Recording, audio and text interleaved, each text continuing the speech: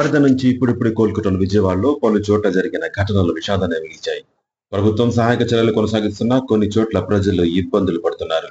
సిటీనగర్ పరిధిలో 14 ఏళ్ల బాలుడు అదృశ్యమై వరద నీటిలో శవమై తేలాడు. మృతదేహాన్ని నడుములోతు నీటిలో తీసుకెళ్తున్న వీడియో సోషల్ మీడియాలో వైరల్ అవుతుంది. కొడుకుని తరలిస్తుండగా తల్లి రోదిస్తున్న దృశ్యాలు కంటతడి పెట్టిస్తున్నాయి.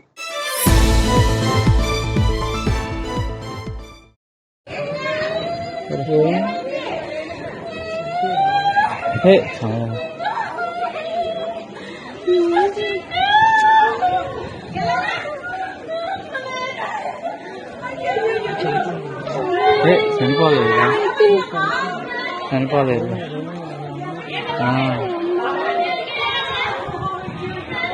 మొహం బ్లాక్ వచ్చేసింది, ముక్కుల్లోనేమో దూరి పెట్టారు.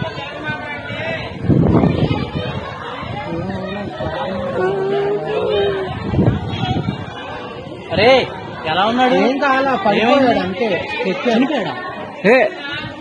ఎలా నానా? ఎవరు ఎలా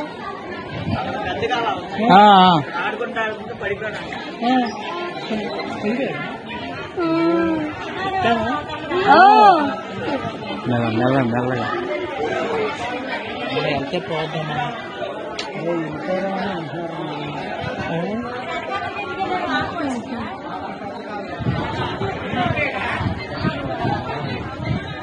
జాగ్రత్తగా ఉంచుకోవాలి. ఆడి ఏనడం మరి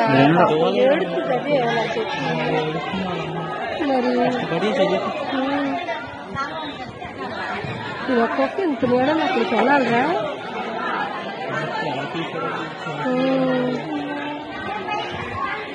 ఈ విషయాలు కావాలి అంకులు.